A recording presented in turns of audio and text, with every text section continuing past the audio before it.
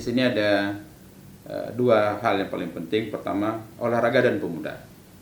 Di bidang pemuda sendiri, itu kami membuat beberapa program unggulan, terutama tentang pelatihan bagi para pemuda, pelaksanaan sosialisasi pemuda jauh dari narkoba, kemudian pelaksanaan kegiatan pemuda ke luar negeri, dan juga pengiriman pramuka ke Amerika. Program unggulan Dinas Pemuda Olahraga Aceh yang telah sukses kita laksanakan adalah pertukaran pemuda ke Australia, Malaysia, Korea, dan Jepang, kemudian perolehan medali untuk cabang olahraga baik di tingkat nasional dan internasional juga sudah sukses dengan meraih emas 9, perak 6, kemudian perunggu 24. Ini merupakan bahagian daripada kesuksesan Diaspora dalam mewujudkan visi misi Aceh Tegak.